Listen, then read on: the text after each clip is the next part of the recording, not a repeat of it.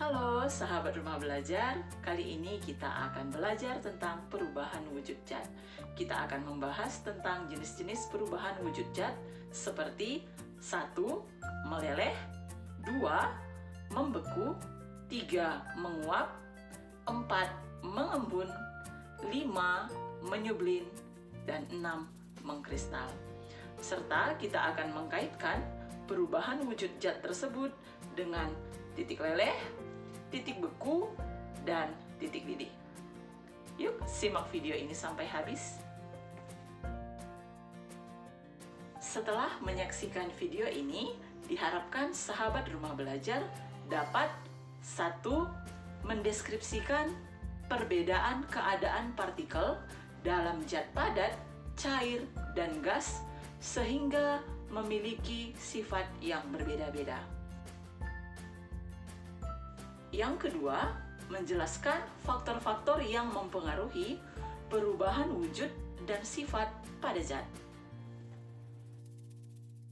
Materi senantiasa mengalami berbagai perubahan wujud, baik dari wujud cair menjadi gas, wujud padat menjadi cair, atau yang lainnya. Ketika kita mengeluarkan es batu dari dalam lemari es, maka es batu perlahan-lahan akan mencair atau meleleh. Ini merupakan contoh salah satu perubahan wujud materi. Tetapi, apa sebenarnya yang terjadi pada partikel zat padat yang dipanaskan? Atau, apa yang sebenarnya terjadi pada es batu yang dikeluarkan dari lemari es? Menaikkan suhu melalui pemanasan ataupun dikeluarkan dari lemari es berarti memberikan energi untuk partikel-partikel sehingga mereka bergerak atau bergetar lebih cepat. Panas dari api atau dari lingkungan sekitar membuat partikel-partikel dalam zat padat bergetar lebih cepat sehingga terbentuk sedikit ruang antar partikel. Dengan panas yang terus diberikan, maka ikatan antara partikel lama-kelamaan akan berkurang kekuatannya, sehingga terbentuklah zat cair.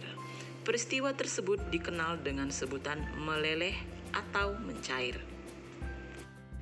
Kebalikannya, apabila air disimpan dalam suhu yang sangat dingin, maka air tersebut akan membeku dan berubah wujud dari zat cair menjadi zat padat, yaitu berupa es. Ketika air kehilangan energi panas karena didinginkan, maka partikel-partikel air bergerak lebih lambat dan saling mendekat sampai terbentuk ikatan yang lebih kuat antar partikel dan partikel tidak dapat bergerak lagi. Ketika kita memanaskan air dalam panci, maka lama-kelamaan akan muncul gelembung-gelembung pada air.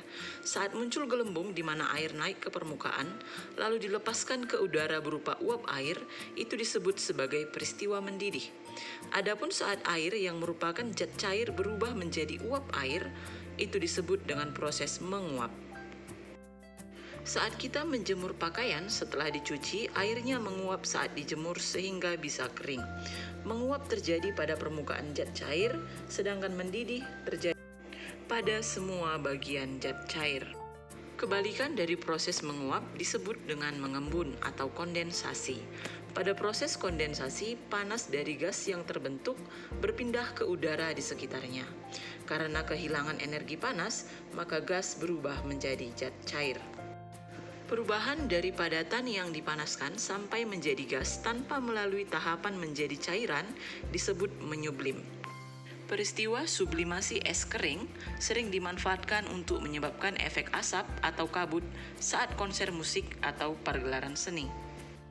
Proses kebalikan dari menyublim disebut dengan mengkristal. Mengkristal merupakan perubahan wujud dari gas langsung menjadi padatan. Selanjutnya kita akan membahas tentang titik leleh, titik beku, dan titik didih. Yuk kita perhatikan grafik berikut ini. Dari grafik ini kita melihat bahwa suhu awal sebelum percobaan adalah 20 derajat Celcius. Saat itu isi dalam gelas semua berupa es batu. Dengan adanya pemanasan, maka suhu di dalam gelas naik sampai 0 derajat Celcius, di mana suhu tidak mengalami perubahan selama proses meleleh. Suhu tidak mengalami perubahan karena proses meleleh sendiri merupakan proses yang membutuhkan energi. Energi panas yang dihasilkan dari pemanasan akan membuat partikel-partikel dalam es bergerak lebih cepat. Panas yang diperlukan untuk melepaskan ikatan yang sangat kuat antar partikel dalam es sehingga memungkinkan adanya ruang antara partikel-partikel air. Temperatur atau suhu pada saat suatu padatan berubah menjadi cairan disebut dengan titik leleh. Sementara suhu pada saat suatu cairan berubah menjadi padatan disebut sebagai titik beku. Titik leleh dan titik beku suatu zat adalah sama. Jadi titik leleh dan titik beku air adalah 0 derajat Celcius. Ketika semua es telah berubah menjadi air, maka suhu di dalam cairan yang terus dipanaskan ini naik lagi sampai menjadi 100 derajat Celcius. Suhu kemudian konstan atau tetap lagi pada 100 derajat Celcius saat air menguap membentuk uap air. Suhu yang tetap ini yang disebut sebagai titik didih.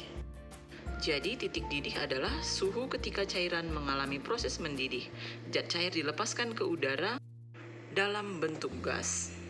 Gimana nih Sobat Rumah Belajar? Menarik sekali kan? Nah, kita akan ketemu lagi di video-video selanjutnya. Sampai jumpa!